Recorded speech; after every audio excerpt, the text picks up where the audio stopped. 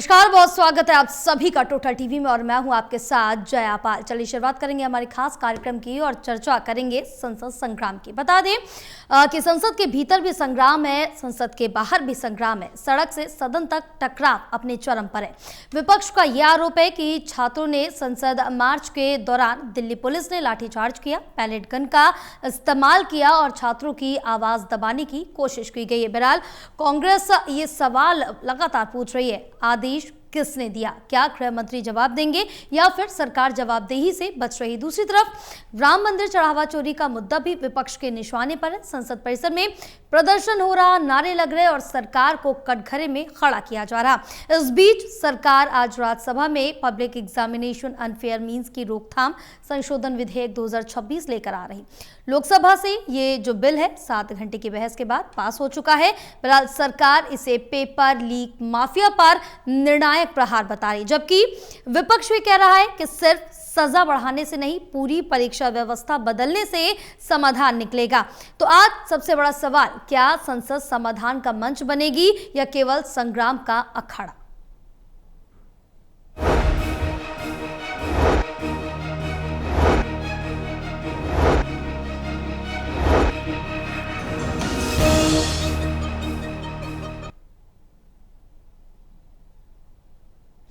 तो जिस तरह से देखिए कि संग्राम ही संग्राम देखने को मिल रहा है लगातार, चाहे सदन के अंदर का जिक्र कर ले, सदन के बाहर का जिक्र कर ले, तो सड़क से सदन तक हंगामा मचा हुआ। इसी पर आज हम बहस करेंगे। खास मेहमान भी जुड़ चुके हैं। एसोसिएट एडिटर प्रदीप कुमार हमारे साथ जुड़े हैं, असिस्टेंट एडिटर ललित नारायण कांडपाल हमारे साथ जुड़े हुए। आप दोनों का बहुत स्वागत है। चलिए चर्चा की शुरुआत करेंगे। प्रदीप, आपके पास सबसे पहले आऊंगे और लगातार जो सवाल है विपक्ष की तरफ से पूछा जा रहा है, छात्रों के संसद मार्च के दौरान पुलिस कार्रवाई का आदेश आखिर किसने दिया?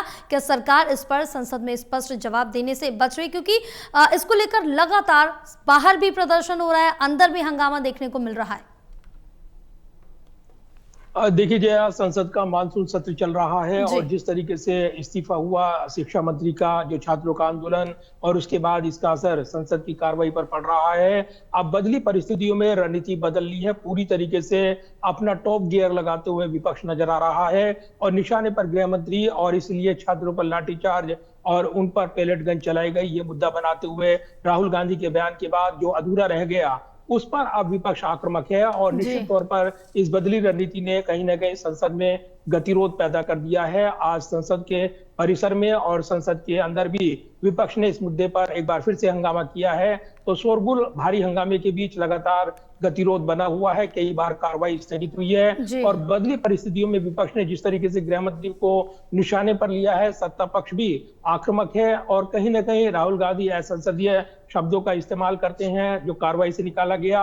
इसके अलावा सदन परिसर में बयान आया प्रियंका गांधी का, उन्होंने बचाव किया कि सदन में नहीं बोलेंगे तो कहां बोलेंगे। इसके अलावा भी कई मुद्दे हैं जो ये छाए हुए हैं। आज बहस हुई है राज्यसभा में और राज्यसभा में नेता विपक्ष मल्लिकार्जुन खड़गे ने एक कदम और आगे बढ़ते हुए प्रधानमंत्री के जवाब की मांग की है। तो ये मुद्दा अब विपक्ष लगातार गरमा रहा है और निश्चित तौर पर यह रणनीति का एक अहम हिस्सा है जया, क्योंकि विपक्ष को लगता है कि जो छात्रों पर बल प्रयोग किया गया, जो लाठीचार्ज किया गया, इसके सवाल पूछना उनको विपक्ष होने के नाते जो जवाबदेही मिली है, बेहद जरूरी है कि वो ये सवाल जोर शोर से उठाएं और इसलिए बैकुंठ पर लाने के लिए सत्ता पक्ष को विपक्ष जुटा हुआ है। राहुल गांधी के आक्रामक भाषण के बाद यहाँ पर राज्यसभा में भी उसी कड़ी को आगे बढ़ाते हुए मल्लिकार्जुन खड़गे नजर आई हैं, जब वो परीक्षा विधेयक, सुधार विधेयक पर बोल रहे थे, अपनी बात रख रहे थे, क्योंकि लोकसभा में पारित होने के बाद बिल राज्यसभा में गया है। ऐसे में इसको आगे बढ़ाते हुए अब आक्रामक विपक्ष नजर आ रहा है, लेकिन सत्ता पक्ष ने भी अपनी रणनीति तैयार कर ली है और दिखाई ये दे रहा है जया, जो लग रहा है सीधे तौर पर कि इस पूरे मामले को लेकर अब जब इस हफ्ते की कार्रवाई का महज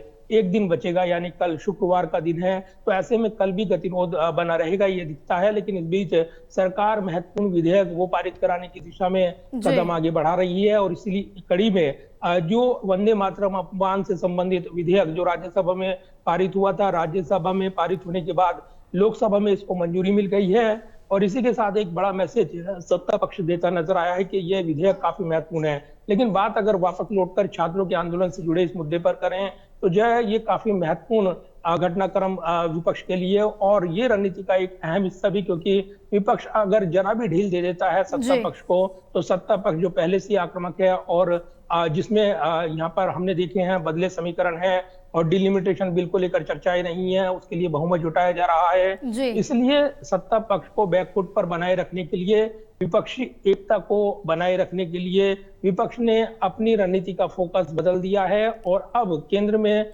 गृह मंत्री को निशाने पर लेते हुए वो सवाल उठा रहे हैं। लाठीचार्ज के आदेश क्यों दिए गए, किसने दिए, ये सवाल उठाते हुए वो न सिर्फ संसद परिसर में प्रदर्शन कर रहे हैं, संसद के अंदर भी ये सवाल पूछ रहे हैं। लिहाजा इसको लेकर आज गतिरोध देखने को मिला है और इस रणनीति पर विपक्ष अब आगे बढ़ रहा है। सीधे तौर पर कहें तो ये गतिरोध आगे भी बने रहने के पूरे आसार है। बिल्कुल, और जिस तरह से देखें कि लगातार जो विपक्ष है वो हंगामा कर रहा है और जवाबदेही की मांग कर रहा है। अब आगे जवाब दिया जाता है या नहीं? ललित, क्या विपक्ष छात्रों के मुद्दे पर राजनीति कर रहा है या फिर सरकार वास्तव में जवाबदेही से बच रही है?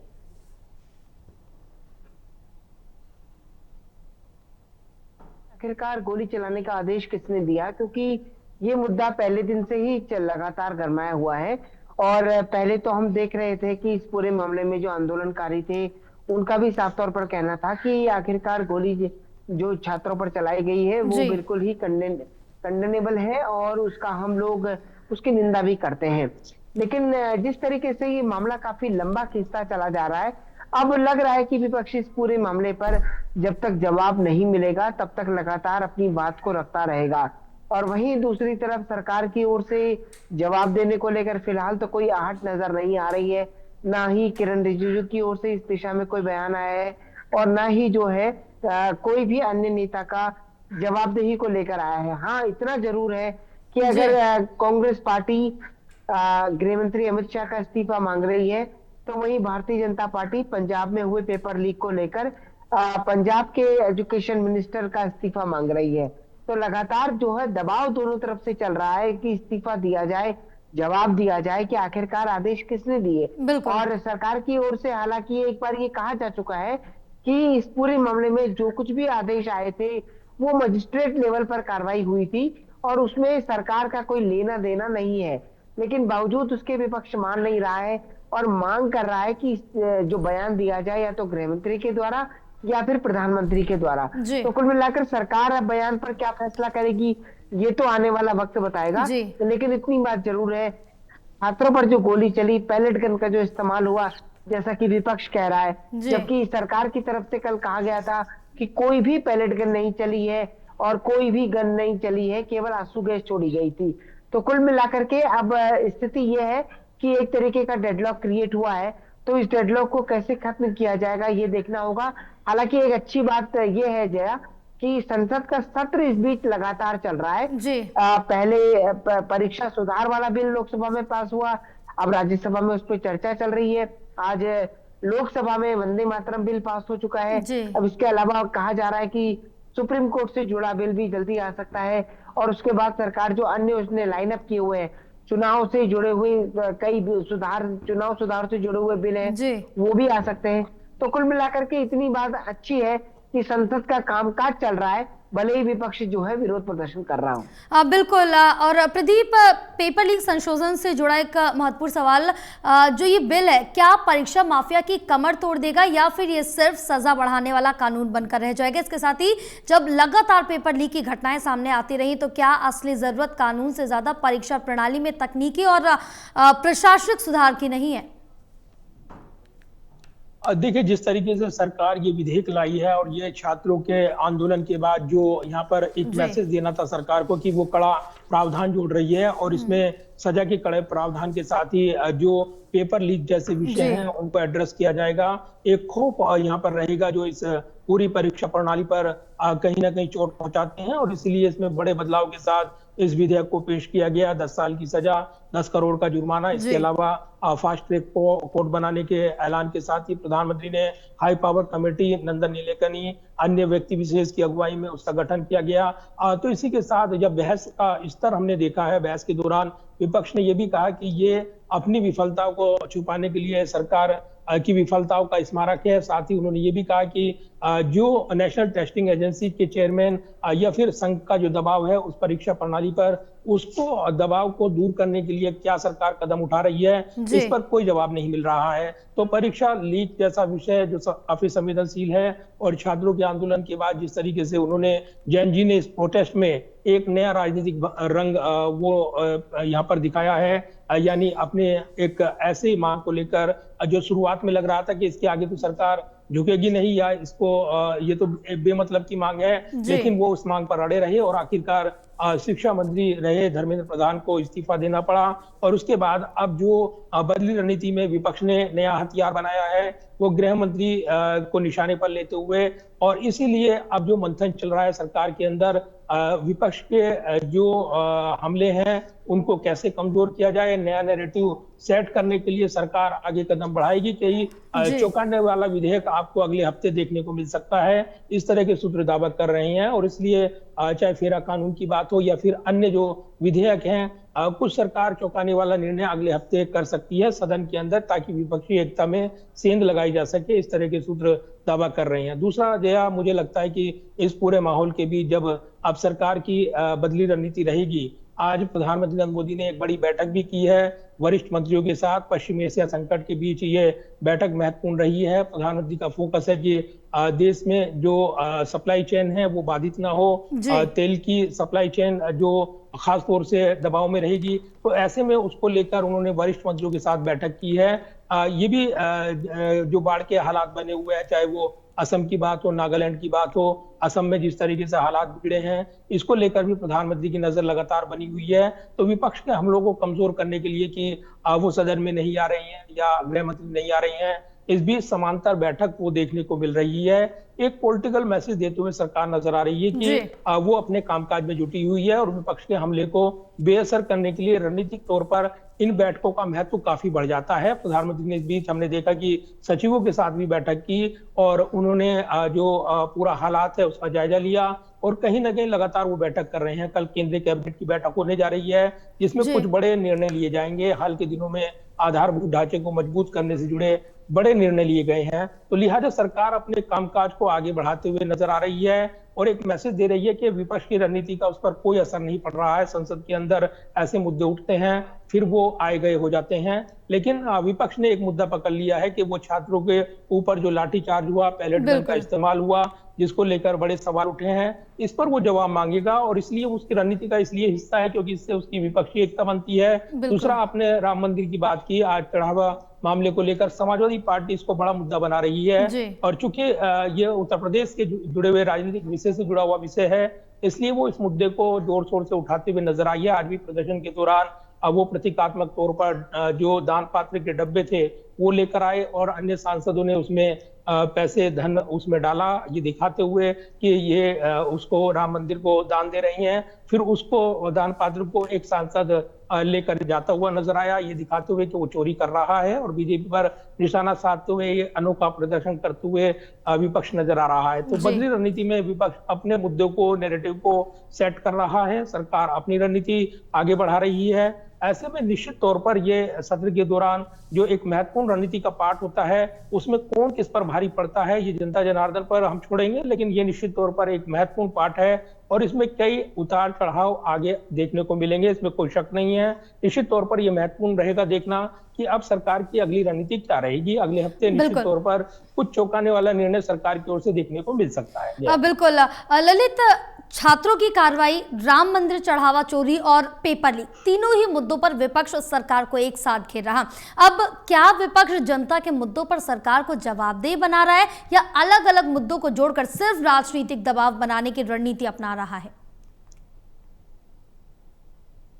देखिए, विपक्ष का काम है मुद्दे उठाना और जनता से जुड़े मुद्दे उठाना, और वो मुद्दे उठा रहा है। अब इसके एवज में अगर राजनीति होती है तो राजनीति अच्छे विषय पर होनी चाहिए। ये तो एक राजनीति करने का मंच है, क्योंकि राजनीति करी क्यों जाती है? वो जनता के हितों से जुड़े मुद्दों को लेकर की जाती है। अगर पेपर लीक को लेकर एक व्यवधान क्रिएट हुआ, और जी। व्यवधान के बाद पहले सरकार की तरफ से बातचीत हुई, फिर उसके बाद हम देख रहे हैं कि चर्चा हुई और एक बिल पास हुआ, तो ये एक बहुत अच्छी बात है।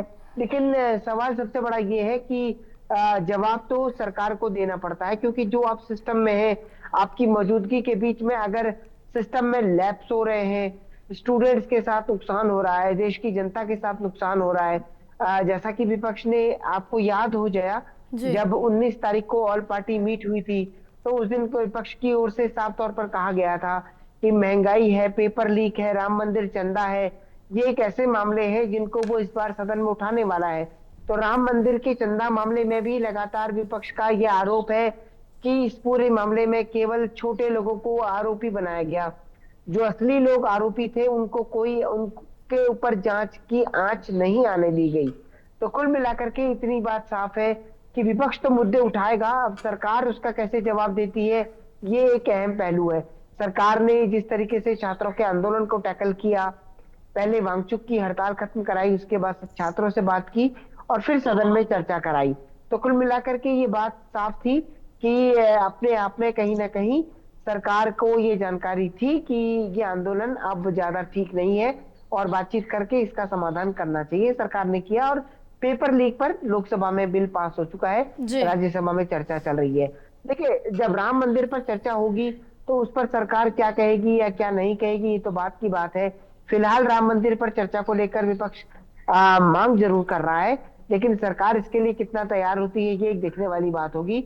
और लेकिन इतनी बात साफ है कि विपक्ष इस बार अलग अलग मुद्दे उठाकर सरकार पर दबाव तो बना रहा है।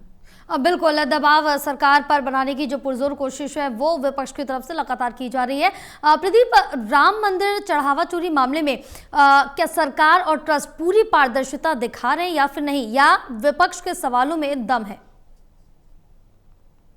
अब देखिए, जिस तरीके से ये राज्य से जुड़ा हुआ विषय है, और अमूमन जब राज्य के जुड़े विषय सामने लाए जाते हैं, तब इस पर सत्ता पक्ष की ओर से कहा जाता है कि इस पर जो 0 ओवर है, शून्य काल है, उस पर यह व्यवस्था होती है जब वो कोई भी सांसद अपने क्षेत्र विशेष की समस्या को लेकर या उससे जुड़े विषय को उठाता है सदन की अनुमति के बाद, तो उस पर अनुमति मिलेगी या नहीं, बड़े सवाल है। लेकिन कार्य स्थगन प्रस्ताव के तहत नोटिस दिए गए हैं दोनों सदनों में, इसको लेकर लगातार विपक्ष के सांसदों की ओर से नोटिस दिए जा रहे हैं, हम देख रहे हैं। लेकिन इस मुद्दे को जोर शोर से अगर कोई दल, अब पिछले 2 दिन से अगर देखें हम, तो समाजवादी पार्टी मुखर है इस पूरे मुद्दे को लेकर। और प्रदर्शन के दौरान भी उन्होंने यहाँ पर दान पात्र यहाँ पर जो रखते हुए नीचे प्रदर्शन किया, और इसी के साथ जो वो पोस्टर लहरा रहे थे उस पर भी चढ़ावा चोरी को लेकर आरोप लगाए गए। तो ये चूंकि उत्तर प्रदेश से जुड़ा हुआ विषय है, इसको लेकर सरकार भी ये कह रही है कि एसआईटी का गठन हो चुका है, जांच पड़ताल चल रही है, इसमें ट्रस्ट का भी पुनर्गठन किया जा रहा है। तो ये सरकार के पास तर्क है कि ये राज्य से जुड़ा विषय है,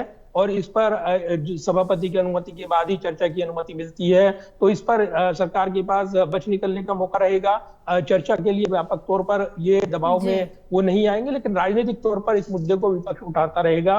दूसरा, इसमें ये भी देखना है कि जया, इस पूरे मुद्दे को जहां समाजवादी पार्टी जोर शोर से उठा रही है, वहीं कांग्रेस ने जो कोर मुद्दा पकड़ा हुआ है वो है परीक्षा लीक, और जो खासतौर से जो छात्रों के आंदोलन में जो लाठीचार्ज हुआ उसको लेकर वो आक्रामक हैं और गृह मंत्री के जवाब की मांग कर रही हैं। और इसको आगे बढ़ाते हुए आज जब राज्यसभा में बोलने का मौका मिला नेता विपक्ष मल्लिकार्जुन खड़गे को, उनके एक बयान पर बड़ा बवाल भी हुआ, मनुस्मृति से जुड़ा हुआ, जिस पर सत्ता पक्ष आक्रामक हो गया, माफी की मांग कर रहा था। लेकिन सभापति जो सीपी राधाकृष्णन है, उनके बेहद एक अच्छे निर्णय के चलते वो टकराव टल गया, और उसके बाद अपना भाषण पूरा किया मल्लिकार्जुन खड़गे ने। लेकिन उन्होंने अब निशाने पर लिया है प्रधानमंत्री को कि वो इस पूरे मामले पर सदन में बयान दे, यानी इस लड़ाई को आगे बढ़ाते हुए विपक्ष नया नैरेटिव वो सेट कर रहा है जो लाठीचार्ज से जुड़ा हुआ विषय है।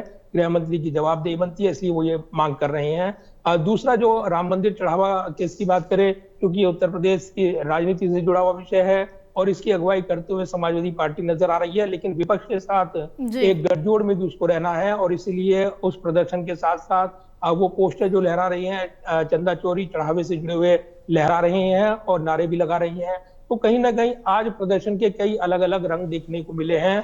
और दिलचस्प ये भी है कि इसमें निर्दलीय सांसद जो दमनदीव के सांसद थे आज उमेश भाई बाबू भाई पटेल, जी। वो तो अलग ही प्रदर्शन करते नजर आए हैं कि निर्दलीय को बोलने का मौका नहीं मिल रहा है।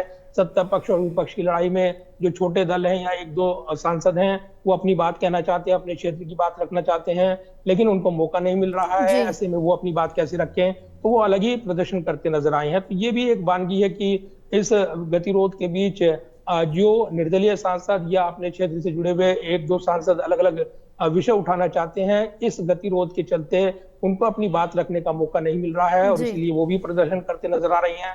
तो ये जरूर है कि इस पूरे माहौल के बीच हम जब देख रहे हैं कि मुख्य विपक्षी दल जहां लाठीचार्ज के मुद्दे पर आक्रामक है, वहीं समाजवादी पार्टी ने चढ़ावा चोरी का मुद्दा वो आक्रामक तरीके से पकड़ लिया है। इसके अलावा राज्यसभा में जो नोटिस दिए जा रहे हैं लगातार, वो रणदीप सुरजेवाला, नासिर हुसैन जो व्हिप हैं उनकी ओर से नोटिस दिए जा रहे हैं विपक्ष की ओर से, और इस पूरे मुद्दे पर कार्यस्थगन प्रस्ताव के तहत तुरंत चर्चा की मांग की जा रही है। नियम 267 के तहत तुरंत चर्चा हो, ये मांग की जा रही है। तो अभी इस पर निर्णय नहीं हुआ है। ऐसे में अब कल की कार्रवाई का इस हफ्ते की दिन बचा है। ऐसे में ज्यादा संभावना नजर नहीं आ रही है कि इस हफ्ते गतिरोध टूट पाएगा।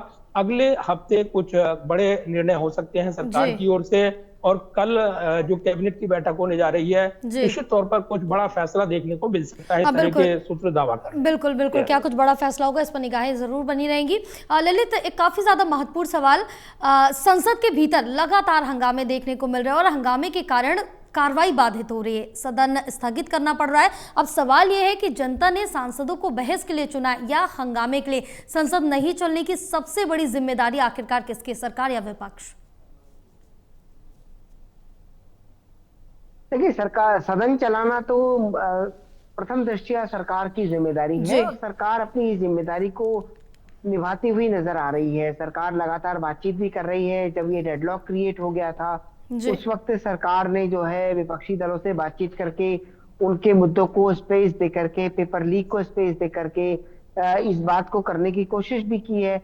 लेकिन क्योंकि विपक्ष के पास इतने मुद्दे हैं इस बार की, वो लगातार सरकार को घेरने पर लगा हुआ है, दबाव बनाने पर लगा हुआ है। और सरकार के पास भी इस बार काफी बिजनेस है। मानसून सत्र आ रहा है, सरकार के सामने जो FCRA से जुड़ा बिल है वो भी है। इसके अलावा सुप्रीम कोर्ट में जजों की संख्या बढ़ाने वाला बिल है, वो भी एक काफी महत्वपूर्ण बिल है। तो सरकार के पास काफी बिल है, लेकिन बावजूद उसके जिस तरीके से ये डेडलॉक क्रिएट हो रहा है, विपक्ष लगातार विरोध कर रहा है, इसको प्रभावित कर रहा है और एक के बाद एक लगातार मामले सामने आ रहे हैं। पहले पेपर लीक को लेकर हमने देखा कि पिछला हफ्ता बर्बाद हो गया, इस हफ्ते में भी 2 दिन उसी में बर्बाद हो गए और अब जाकर के हम देख पा रहे हैं कि चर्चा हो रही है। कल भी चर्चा हुई, परसों भी चर्चा हुई सकारात्मक, और 2 दिन लोकसभा में चर्चा के बाद अब राज्यसभा में नंबर आया है। तो कुल मिलाकर के बात तो ये साफ है, जो पहला हफ्ता है जया वो काफी महत्वपूर्ण हफ्ता था और एक हफ्ते का समय जो है पूरी तरीके से बर्बाद हुआ है। तो लेकिन अब कुल मिलाकर अगर इस सेशन में सरकार जो बिल लाना चाहती है उन बिलों को लेकर आ जाती है, तो फिर भी ये कहा जा सकता है कि ये सदन का सत्र, जो संसद का ये सत्र है, ये काफी प्रोडक्टिव साबित हो सकता है।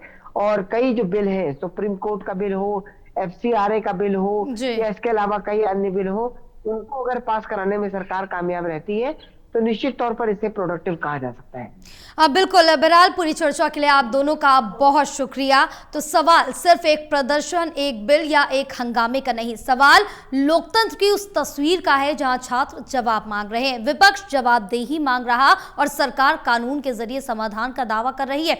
लेकिन क्या जवाब बिना संवाद के मिलेंगे? क्या कानून बिना व्यवस्था सुधारे असर दिखाएगा? और क्या संसद बहस का मंच बनेगी या केवल आरोप प्रत्यारोप का अखाड़ा? इन्हीं सवालों पर देश की नजर है, क्योंकि लोकतंत्र में शोर से ज्यादा जरूरी है सच, जवाबदेही और समाधान। आज की बहस में फैसला आपको करना है, क्या ये संग्राम लोकतंत्र को मजबूत करेगा या भरोसे को कमजोर?